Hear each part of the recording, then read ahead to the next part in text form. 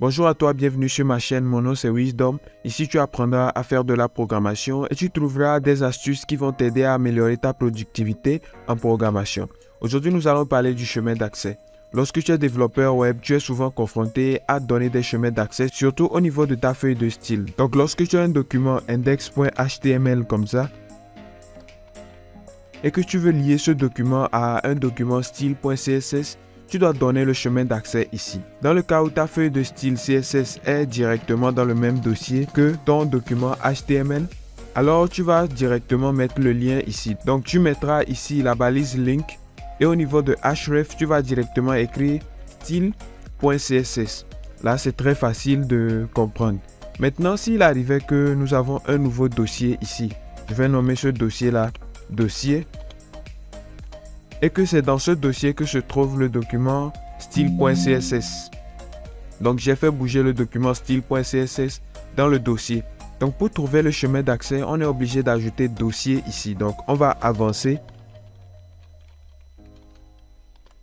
On va avancer d'un pas afin de pouvoir trouver style.css pour éviter des erreurs.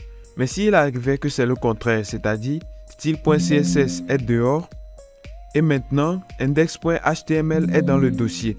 Donc, vous voyez qu'on ne peut plus avancer. Puisque lorsqu'on met dossier, style.css, cela veut dire que quoi? Index.html ici, qui est dans ce dossier, va encore avancer. C'est comme s'il y avait un dossier dans le même dossier que index.html.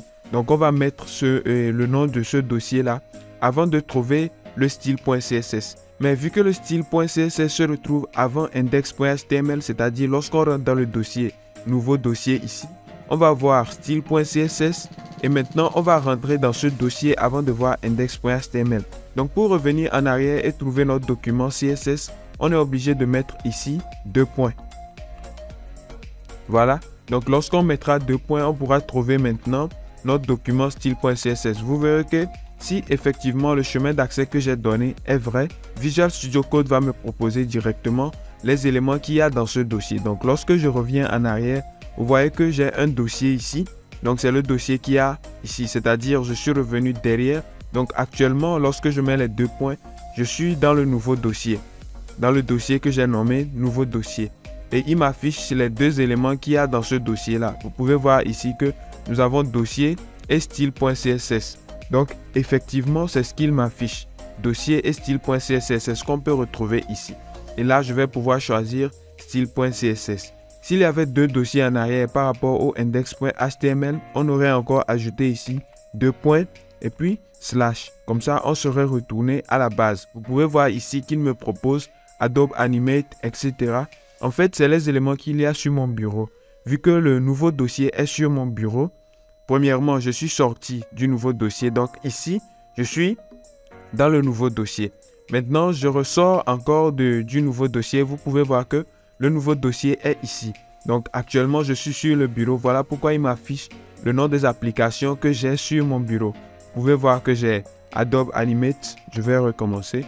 J'ai Adobe Animate, Adobe Illustrator, etc. Bref, tout ce qu'il y a sur mon bureau se retrouve ici. Donc, vous aurez compris comment choisir les chemins d'accès. J'espère que cette vidéo vous aura été très utile. Si c'est le cas, vous connaissez la chanson. Likez, partagez, abonnez-vous. On se retrouve à la prochaine. Ciao, c'était Wisdom.